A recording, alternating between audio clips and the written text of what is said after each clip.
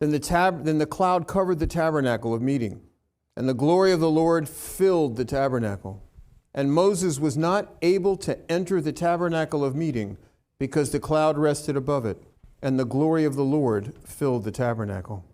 When the cloud was taken up from above the tabernacle, the children of Israel went onward in all their journeys. But if the cloud was not taken up, then they did not journey till the day that it was taken up.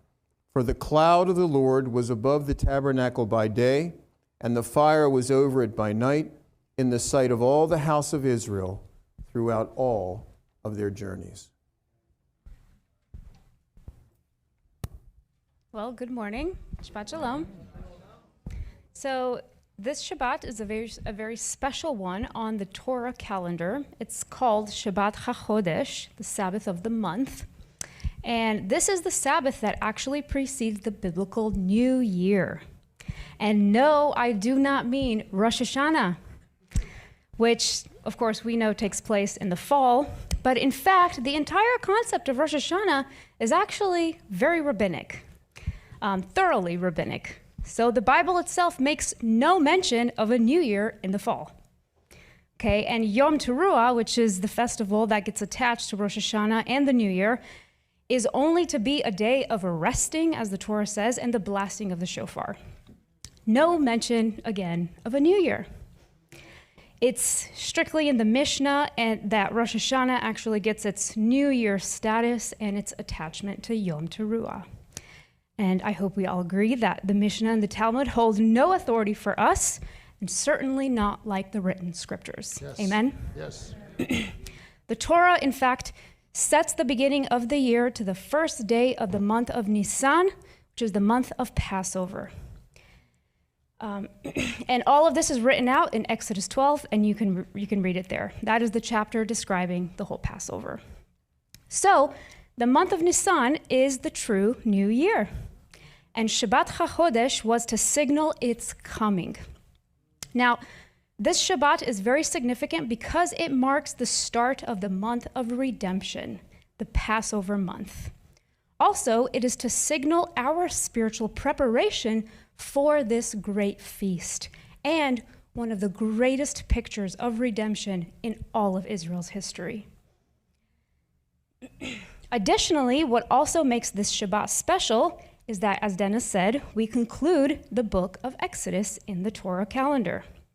Now, this is, okay, so we just read, I don't have to ask this question, but we just read how the book of Exodus is concluded. It's with the descent of God's presence on the Mishkan, the tabernacle. Okay, now, perhaps we don't realize it as we read this, but this is actually huge, okay? It is a huge sign of really good news throughout the story of Exodus. Now, why is this conclusion so big and special to the book of Exodus? It's because it's supposed to be read in contrast to another event in mind, one that was also huge, but that unfortunately was huge bad news. Does anybody know what event in Exodus put everything in God and Israel's story in total jeopardy, including the great Exodus out of Egypt? What event was it? I heard it. Who said it? Yes, the golden calf, the idolatry of the golden calf, the sin of the golden calf. Now, this was so grievous to God that he actually wanted to start afresh with another Abraham, Moses himself, to raise up another nation out of Moses. But how does Moses respond? He intercedes for Israel and reminds God that such a wipeout would completely jeopardize and nullify the redemption achieved back in Egypt and the reputation that God has built up to this point in the eyes of the nations. Honestly, at this point in the story, we are supposed to be sitting on the edge of our seats, eyes wide, heart racing, sweat breaking out on our temples, and holding in our breaths at the suspense of Israel's situation, her dire situation. She has come so close to death. And in fact, she deserved it. She broke the covenant. So the sin of the golden calf is the major conflict of the story, but it is not its resolution. By the time we arrive at the end of Exodus, we, the readers, can finally breathe again. Everybody just take a large, deep breath. Because we see God not only preserving his people, but actually choosing to continue his presence with them in their midst.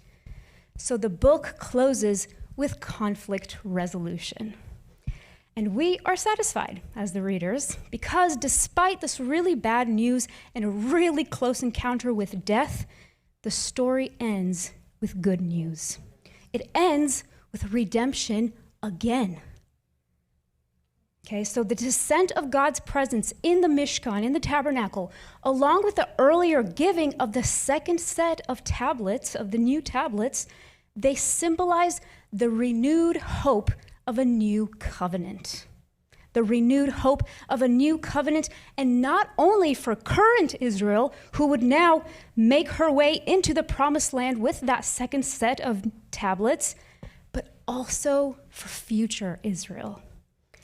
You see, these two major events contrasted in Exodus are prophetic glimpses foreshadowing the rest of Israel's story. The sin of the golden calf in Exodus was a symbolic event that prophetically foresaw and foreshadowed Israel's continual breaking of the Mosaic covenant throughout her history. And Israel's idolatry and covenant breaking would not stop in Exodus, unfortunately. She would continue to relive this sin through repeated falls into idolatry and apostasy.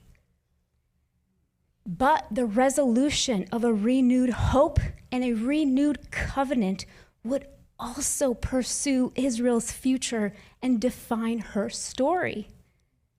Though God would punish Israel severely for her sins, he would also continue his faithfulness and his presence with them, as is symbolically foreshadowed by God's presence descending on that tabernacle at the close of the book of Exodus.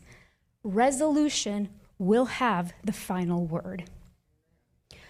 So after every captivity and every exile that Israel experienced from now on, from the book of Judges all the way to Malachi, God renews hope for Israel again and again and again. And we can see that after every exile. But we see the full development of this renewed hope and new covenant in Jeremiah 31. The full development where God promises, I will make a new covenant with the house of Judah and the house of Israel, not like the covenant I made with their forefathers, which they broke. Already in just these words, we can hear echoes of Exodus when Israel first broke the covenant with their sin of the golden calf.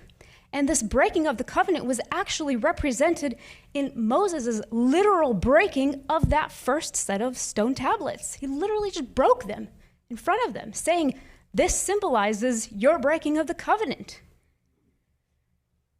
But Jeremiah continues, for this is the covenant that I will make with them. This is the new covenant I will make with them. I will put my law within them, and I will write it on their hearts. And I will be their God, and they shall be my people. Friends, this is language of presence,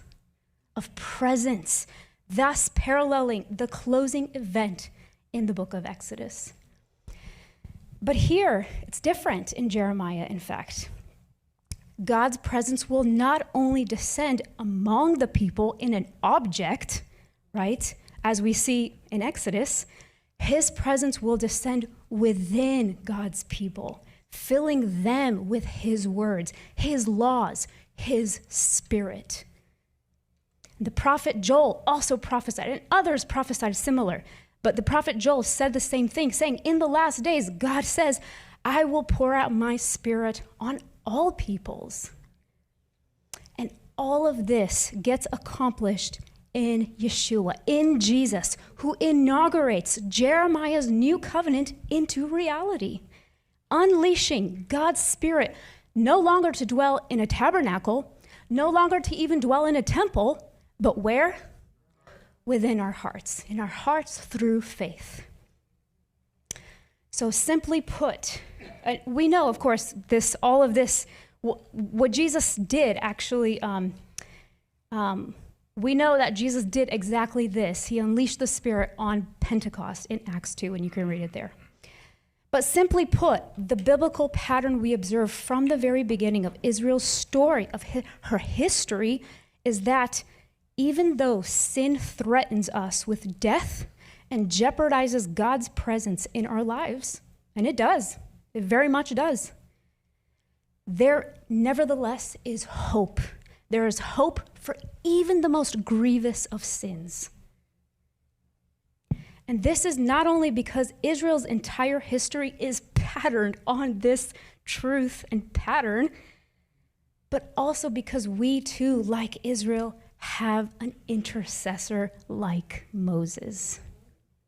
So just as Israel's idolatrous sin back in Exodus was overcome and resolved by the successful intercession of Moses, so too will Israel's and the whole world's sins be overcome and resolved by the successful, victorious intercession of the prophet-like Moses, a Moses-like Messiah, who will achieve, who has achieved, in fact, the greater redemption, the greatest redemption, and will make sure to close all of our stories, the last chapter of our stories, in hope.